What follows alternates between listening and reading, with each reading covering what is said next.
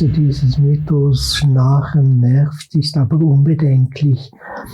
Das muss man relativieren. Das Schnarchen, natürlich kommt es vor allem vor, wenn man in Rückenlage schläft.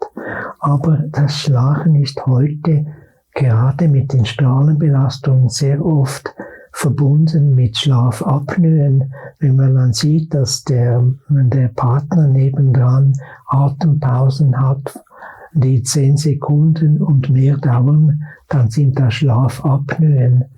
Und das ist dann ein Zeichen, dass ein Sauerstoffmangel im Blut besteht.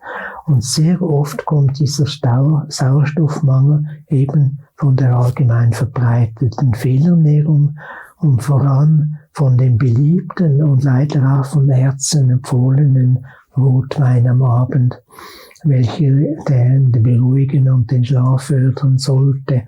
Der Rotwein vermindert den PO2, den Sauerstoffgehalt im Blut, sehr stark. Diese Schlafapnoen werden dann mit diesen CPAP-Geräten behandelt. Das legen die Patienten nach 1-2 Minuten weg, weil sie diese Apparate nicht mehr vertragen. Das Problem ist nicht behoben, weil die Ursache nicht angegangen wird.